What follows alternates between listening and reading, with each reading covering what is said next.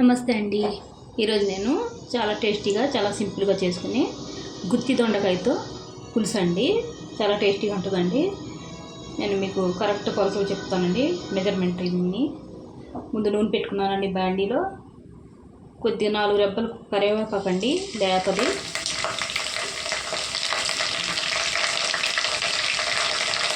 నేను 1/2 కేజీ దొండకాయలు తీసుకున్నానండి. 3 ఉల్లిపాయలండి సన్నగా కోసుకున్నాను. ఒక 5 పచ్చిమిరపకాయలండి పొడిగా చీరుకొని ఉంచుకున్నాను. ఉల్లిపాయలు వేసుకున్నామండి.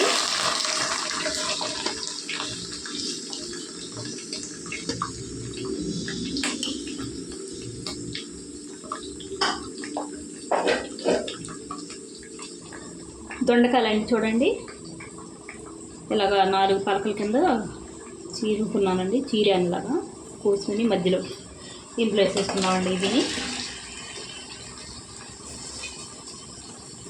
తొందరగా మగ్గడానికి ముందే నేను వేసేసుకుంటాను కదండి. ఉప్పు పసుపు అన్నీని రుచి తగినంత ఉప్పు అండి. పులుసు కదండి, కొద్దిగా ఎక్కువ పడద్దు ఉప్పు. పసుపు అండి 1 చెంచా. బాగా ఏగనివ్వాలండి దొండకాయలు నూనెలో. ఉల్లిపాయలు దొండకాయలు బాగా ఏగిపోతాయండి.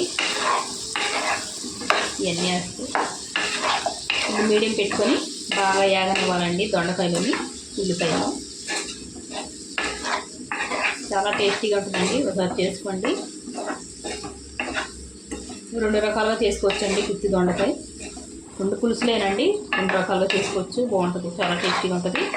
ఇవి బాగా కలుపుకొని మూత పెట్టి మగ్గనిద్దామండి.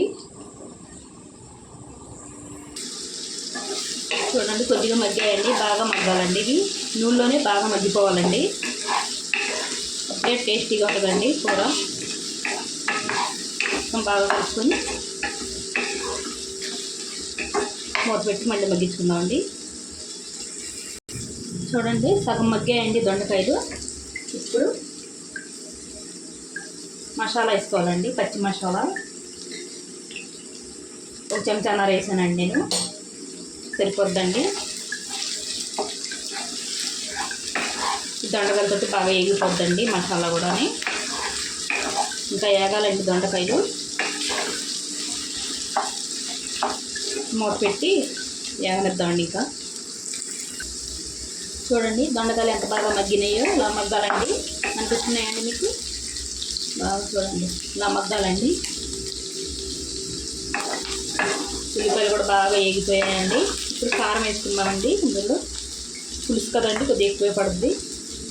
నేను పచ్చిమిరపకాయలు ఎక్కువ వేస్తున్నాను కదండి, చూసుకొని వేసుకుంటాను. మీరు ఎక్కువ తినేవాళ్ళు అయితే ఎక్కువ వేసుకోవచ్చు అండి, తక్కువ తినేవాళ్ళు అయితే తక్కువ వేసుకోవచ్చు. నేనైతే 2 చెంచాన్నర వేసానండి. కొద్దిగా ఏగనిద్దామండి, చూసుకొని వేసుకున్నాం. ఇదైతే సరిపోద్దండి కారం. ఇది ఎక్కువ తినేవాళ్ళు అయితే ఎక్కువ వేసుకోవచ్చండి కారం. కారం కొద్దిగా వేగింది కదండి. 4 చిన్న సైజు టమాటాలు ప్యూరీ చేసుకున్నానండి. పేస్ట్ కింద వేసుకున్నాను. బాగా ఉడకాలండి. ఇది కొద్దిగా పచ్చివాసన పోయే వరకు టమాటాలు.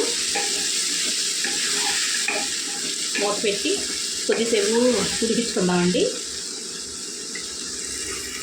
టమాటాలు అయితే కొద్దిగా మగ్గినాయండి. నేను పచ్చిమిరపకాయలు వేసేసుకుంటున్నానండి.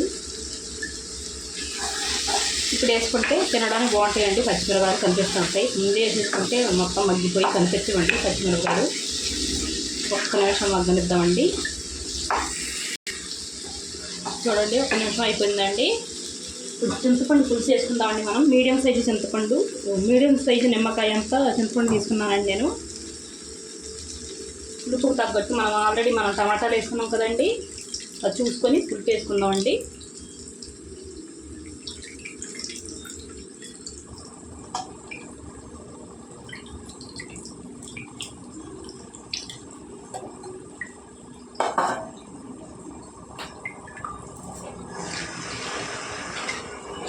ఉప్పు కూడా ఇప్పుడే చూసుకొని వేసుకుంటే సరిపోద్దండి కరెక్ట్గాని.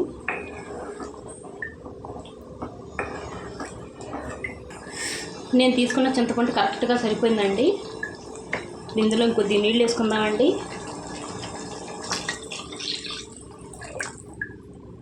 గ్లాసు పావు వేసుకున్నానండి నేను. మనం మంచినీళ్ళు తాగుతాం కదండి ఆ గ్లాస్ తోటి. ఎందుకంటే దొండకాయలు ఉడకాలి కదండి మెత్తగా ఉడికితేనే బాగుంటుందండి పులుసు. చూడండి, బాగా కలిపేసి మూత పెట్టి వండుకుందామండి.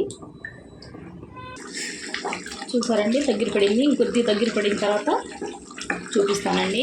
కొద్దిగా చిక్కగా వండుకోవాలి. ఇలాగ ఉంటే ఇలాగ దించేసుకొచ్చండి తినేవాళ్ళు. ఇంకొద్దిగా చిక్క పడితే ఇంకా బాగా చిక్కగా ఉంటుందండి. చూడండి, బాగా దగ్గర పడి చిక్కబడిపోయిందండి పులుసు. ఇలా ఉన్నప్పుడు దించేసుకోవచ్చండి. చూడండి ఎంత బాగా ఉడుకుందో. దొండకాయలు కూడా మెత్తబడిపోయినాయి చూడండి. ఇలా మెత్తగా ఉంటేనే టేస్ట్ బాగుంటుందండి. పచ్చిగా ఉంటే బాగుండు. ఇప్పుడు కొత్తిమీర వేసుకుందామండి ఇందులో. ఇంతేనండి వీడియో. నచ్చితే లైక్, షేర్, సబ్స్క్రైబ్ చేసుకోండి.